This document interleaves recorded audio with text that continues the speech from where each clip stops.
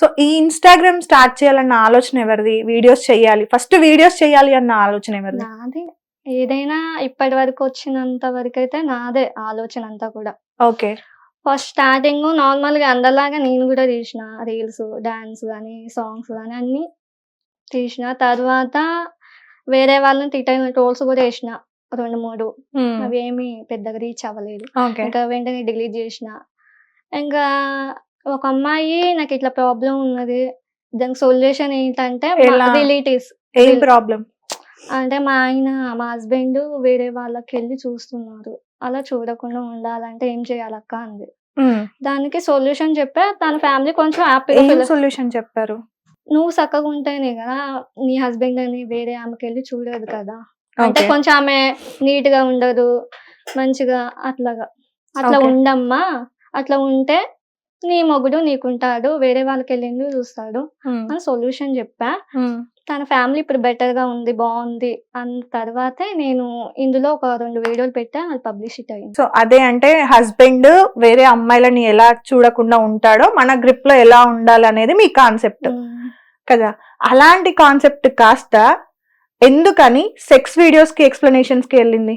ఇంకా చాలా మంది అవి వీడియోస్ పెట్టిన తర్వాత వాళ్ళకు ఉన్న ప్రాబ్లమ్స్ అన్ని కూడా కామెంట్లు పెడుతుంటే ఇంకా నేను అవి చూసి ఒక 2-3 చూస్తే అన్ని చూడాలంటే నేను చూడలేను కదా.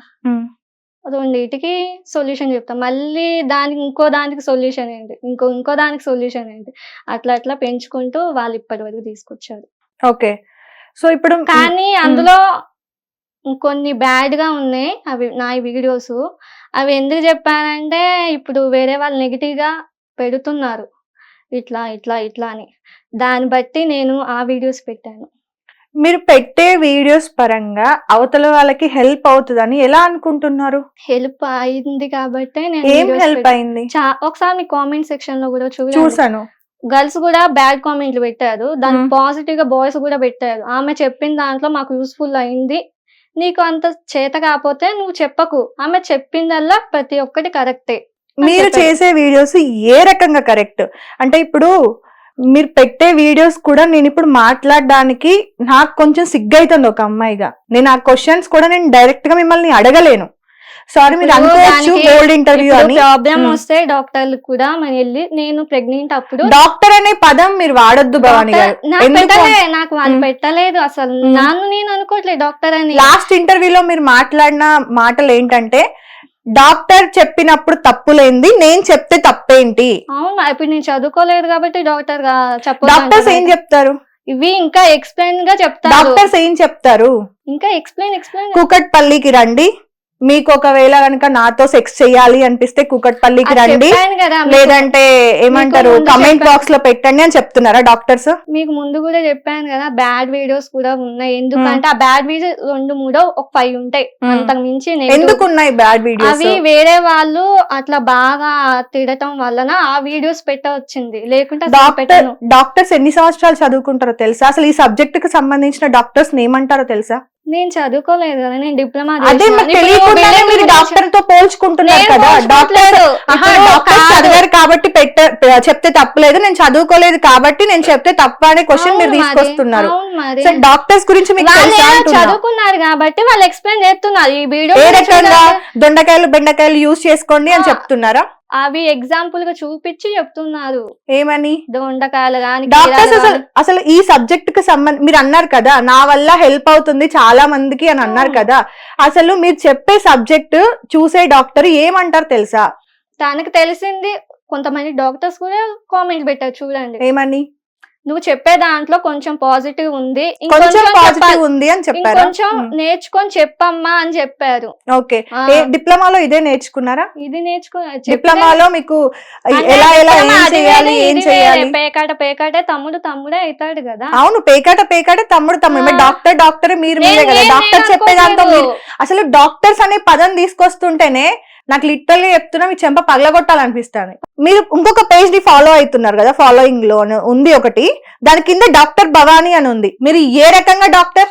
నేను పెట్టుకోలేదు, ఇప్పుడు పెడతారు. నా అకౌంట్, నువ్వేమి నా రిలేటివ్స్ కావు. అదే పేజ్ ఏమీ ఉపయోగించి కాదు కదా. అదే పేజ్ ఉపయోగించి నేను నీ మీద కేసు పెడితే బొక్కలో నొక్కితే బయటికి కూడా రావు తెలుసా.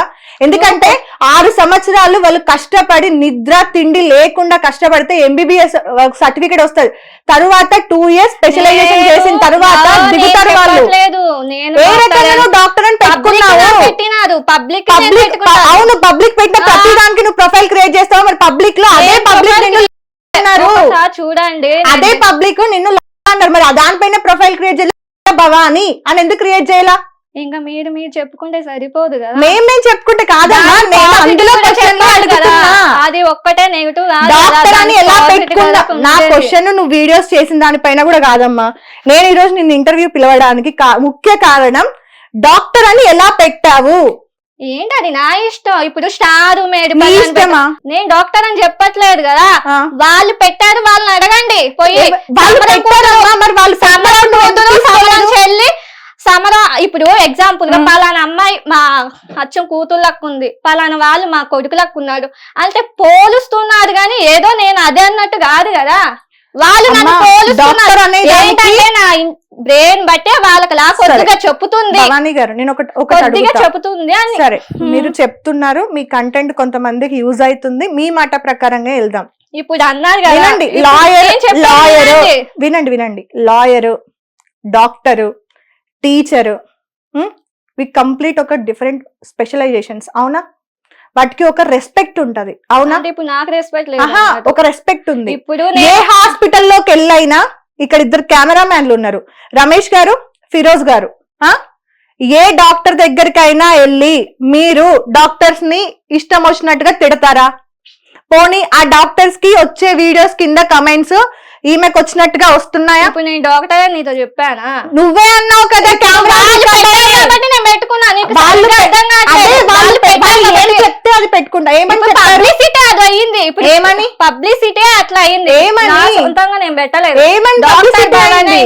ఏమని భవాని అని. ఓకే, అంటే నువ్వేం చదవకుండానే ఏం చేయకుండానే డాక్టర్ భవాని. దాని వల్ల ఎవరిదైనా ప్రాణం పోతే, దాని వల్ల ఎవరిదైనా ప్రాణం పోతే ఎట్లా అని నేను అడుగుతున్నా. ఏం ప్రాణం పోతే? అవును, ఇప్పుడు చెప్పే దాంట్లో కొంచెం పాజిటివ్ ప్రతి ఒక్కరికి తెలుస్తుంది.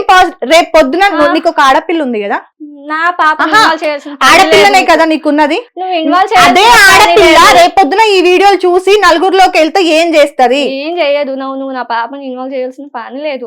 ఇంకొక వేరే వాళ్ళకి ఒక ఆడపిల్ల ఉందనుకున్నా, మీ వీడియో చూసినప్పుడు ఆ పాప ఎలా రియాక్ట్ అవ్వాలి ఆ వీడియోకి? ఈ రోజు సోషల్ మీడియా అనేది పిల్లల దగ్గర నుండి పెద్ద నేను చూడమన్నా నీ వీడియో వస్తుంది కాబట్టి అయితే ఏంది, నా వీడియోలో ఒక్కటే కాదుగా, నేను ఒక్కదాన్నే కాదుగా, మీ వీడియోల